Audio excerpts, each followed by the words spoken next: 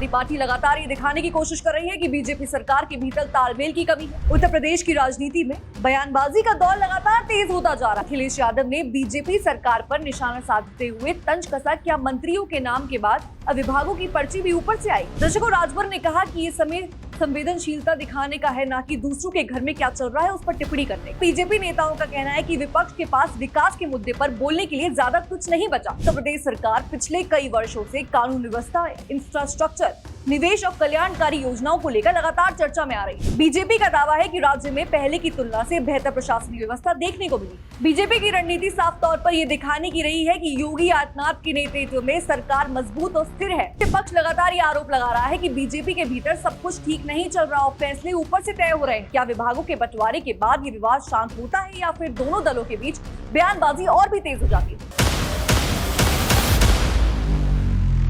दर्शकों, समाजवादी पार्टी के राष्ट्रीय अध्यक्ष अखिलेश यादव द्वारा यूपी कैबिनेट विस्तार और नए मंत्रियों के विभागों के बंटवारे में हो रही देरी पर उठाए गए सवालों के बाद अब प्रदेश की राजनीति एक बार फिर गर्मा गई। उत्तर प्रदेश की राजनीति में बयानबाजी का दौर लगातार तेज होता जा रहा है। जो कल प्रतीक यादव का निधन हुआ, सर आप लोग आज दर्शन करने के लिए पहुंच रहे हैं, क्या कहना चाहिए?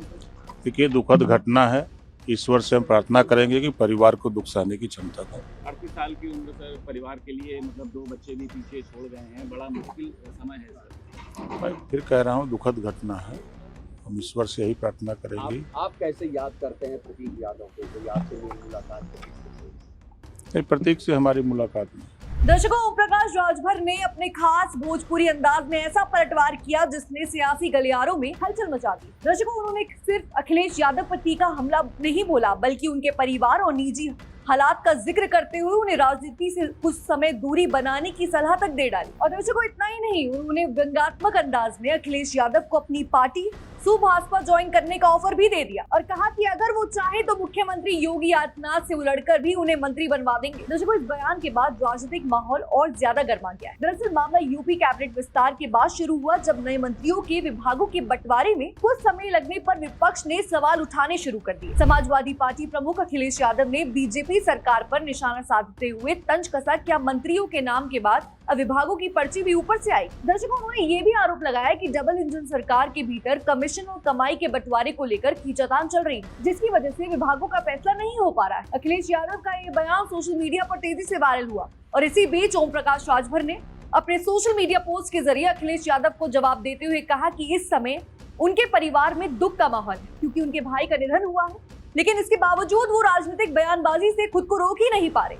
राजभर ने लिखा कि उन्होंने खुद अखिलेश यादव के दुख में शामिल होकर कुछ समय तक उनकी राजनीति पर प्रतिक्रिया देना बंद कर दिया, लेकिन अखिलेश यादव परिवार की गमी के बीच भी सत्ता और राजनीति की चिंता कर रहे हैं। दर्शकों, राजभर ने कहा कि ये समय संवेदनशीलता दिखाने का है, ना कि दूसरों के घर में क्या चल रहा है उस पर टिप्पणी करने का। उन्होंने ये भी कहा कि थोड़ा इंतजार कर लीजिए, फिर राजनीति बहस भी हो जाएगी और जवाब भी मिल जाएगा। दर्शकों, राजभर का यह बयान सिर्फ राजनीतिक हमला नहीं था, बल्कि उसमें निजी भावनाओं और सामाजिक परंपराओं का जिक्र भी था। उन्होंने 13वीं तक रुकने की बात कहकर ये संदेश देने की कोशिश की कि भारतीय समाज में शोक और संवेदनाओं की एक मर्यादा होती है, जिसे राजनीति से ऊपर रखा जाना चाहिए। बीजेपी और उसके सहयोगी दल लगातार ये संदेश देने की कोशिश करते रहे हैं कि विपक्ष सिर्फ सत्ता पाने की जल्दबाजी में हर मुद्दे पर बयानबाजी करता है, जबकि सरकार विकास और प्रशासनिक फैसलों पर गंभीरता से काम कर रही है। दर्शकों, उत्तर प्रदेश की राजनीति में ये पहली बार नहीं है जब विभागों के बंटवारे को लेकर सवाल उठ रहे हैं। हर सरकार में कैबिनेट विस्तार के बाद अब उस समय प्रशासनिक और राजनीतिक समीकरण बैठाने में लगता है,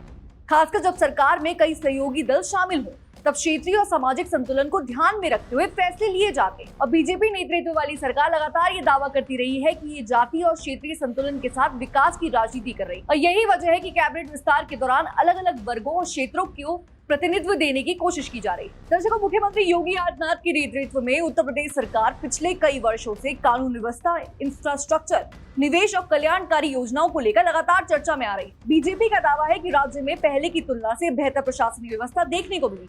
एक्सप्रेसवे, एयरपोर्ट, मेडिकल कॉलेज, निवेश सम्मेलन और धार्मिक पर्यटन जैसे कई बड़े प्रोजेक्ट्स को सरकार अपनी उपलब्धियों के तौर पर पेश करती रही। ऐसे में बीजेपी नेताओं का कहना है कि विपक्ष के पास विकास के मुद्दे पर बोलने के लिए ज्यादा कुछ नहीं बचा, इसलिए वो हर प्रशासनिक प्रक्रिया पर सवाल उठाकर राजनीतिक माहौल बनाने की कोशिश करता है। बीजेपी की रणनीति साफ तौर पर यह दिखाने की रही है कि योगी आदित्यनाथ के नेतृत्व में अखिलेश सरकार मजबूत और स्थिर है। पार्टी ये संदेश देना चाहती है कि विभागों के बंटवारे को अगर थोड़ा समय लग रहा है तो उसका कारण प्रशासनिक संतुलन और बेहतर निर्णय प्रक्रिया है, ना किसी तरह के आंतरिक विवाद। वहीं विपक्ष लगातार ये आरोप लगा रहा है कि बीजेपी के भीतर सब कुछ ठीक नहीं चल रहा और फैसले ऊपर से तय हो रहे हैं। लेकिन दर्शकों, बीजेपी नेता इन आरोपों को पूरी तरह खारिज करते रहे हैं। उत्तर प्रदेश की राजनीति में ओम प्रकाश राजभर का अपना अलग अंदाज रहा है।